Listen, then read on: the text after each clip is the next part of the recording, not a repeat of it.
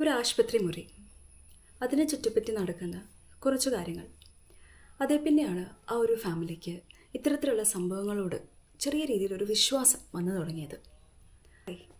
Hi, ഞാനിത് നിങ്ങളുമായിട്ട് share ചെയ്യുന്ന ഈ ഒരു ഇൻസിഡൻറ്റ് എന്ന് പറയുന്നത് സംഭവിക്കുന്നത് കാസർഗോഡ് ജില്ലയിലാണ്. അവിടെ താമസിക്കുന്ന ഒരു നോർമലായിട്ടുള്ളൊരു ഫാമിലി എന്ന് പറയുമ്പം അമ്മയും 2 പെൺമക്കളുമാണ്. അങ്ങനെ ലൈഫ് മുന്നോട്ട് വളരെ നോർമലായിട്ട് പോയിക്കൊണ്ടിരിക്കുകയാണ്. ആ ഇടയ്ക്കാണ് അമ്മയ്ക്ക് ഇയർ ഓപ്പറേഷൻ പറഞ്ഞതും അങ്ങനെ ഒരു ഹോസ്പിറ്റലിൽ അഡ്മിറ്റ് ആവുന്നതും. അങ്ങനെ ഇയർ ഓപ്പറേഷനൊക്കെ കഴിഞ്ഞ് അമ്മ റൂമിലേക്ക് വരുന്നു. അവിടെ അവരുടെ മക്കളും അമ്മേൻ്റെ മക്കളൊക്കെ ഉണ്ട്. ആ ഒരു റൂമിൻ്റെ ഘടന എന്ന് പറഞ്ഞാൽ അവിടെയുള്ള ആശുപത്രി കിടക്ക എന്ന് പറയുന്നത് ജനലിൻ്റെ ഭാഗത്തേക്കാണ് ഫേസ് ചെയ്യുന്നത്.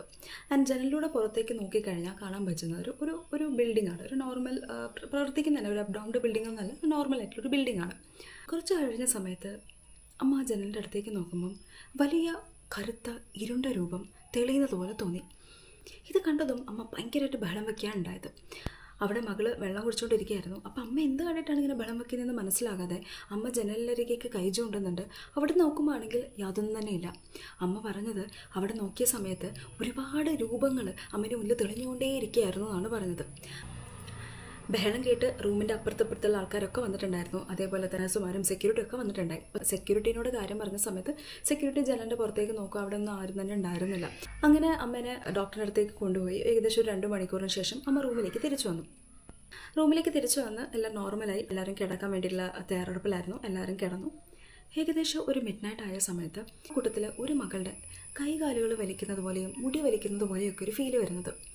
പക്ഷേ ഇങ്ങനെയൊക്കെ ഒരു കാര്യമൊക്കെ നടന്നതല്ലേ, അതുകൊണ്ട് തന്നെ തനിക്കത് തോന്നിയതായിരിക്കും എന്ന് വിചാരിച്ച് അത് അത്ര കാര്യമാക്കിയിട്ടുണ്ടായിരുന്നില്ല. അങ്ങനെ ആ രാത്രി കടന്നുപോയി. പക്ഷെ പിറ്റേ ദിവസം നോക്കിയപ്പോഴാണ് തൻ്റെ കാലിലാരോ കടിച്ചൊരു കല അവർ കാണുന്നത്. ഇത് അവരെ ചെറിയ രീതിയിലൊന്ന് ഭീതിപ്പെടുത്തി. പക്ഷേ ആ ഒരു ഇൻസിഡൻറ്റ് അവരുടെ ലൈഫിനെ ഭീകരമായിട്ടൊന്നും ഇമ്പാക്ട് ചെയ്തിട്ടുണ്ടായിരുന്നില്ല. അങ്ങനെ ലൈഫ് മുന്നോട്ട് പോകുന്നു. വളരെ അവിചാരിതമായിട്ടാണ് അവരുടെ സിസ്റ്ററിനെ അവർക്ക് നഷ്ടപ്പെടുന്നത്. അതിനുശേഷം അമ്മയ്ക്ക് പല രീതിയിലുള്ള ഇൻസിഡൻറ്റുകൾ ഉണ്ടായിട്ടുണ്ടെന്നാണ് അവരെന്നോട് പറഞ്ഞത്. വയ്യായിക ഒരു സ്ഥലത്ത്, മറ്റൊരു സ്ഥലത്താണെങ്കിൽ ഇത്തരത്തിലുള്ള പല ഭീതിപ്പെടുത്തുന്ന കാര്യങ്ങളും അവർ പിന്നീട് കാണാൻ തുടങ്ങി. ആൻഡ് അങ്ങനെ ബുദ്ധിമുട്ടുകളെ കൂടി തുടങ്ങിയ സമയത്ത് അവർ താമസിച്ച വീട് മാറി അവരിപ്പോൾ ഫ്ലാറ്റിലാണ് താമസിക്കുന്നത്. പക്ഷേ ഇപ്പോഴും ചോരയുടെ മണം മണക്കാറുണ്ടെന്നും എന്നാൽ സ്വന്തം ഏച്ചിയുടെ പ്രസൻസ് ഫീൽ ചെയ്യാറുണ്ടെന്നൊക്കെയാണ് അവരെന്നോട് പറഞ്ഞത്.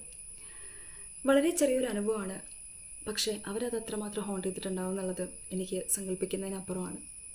Thank you so much for watching and bye.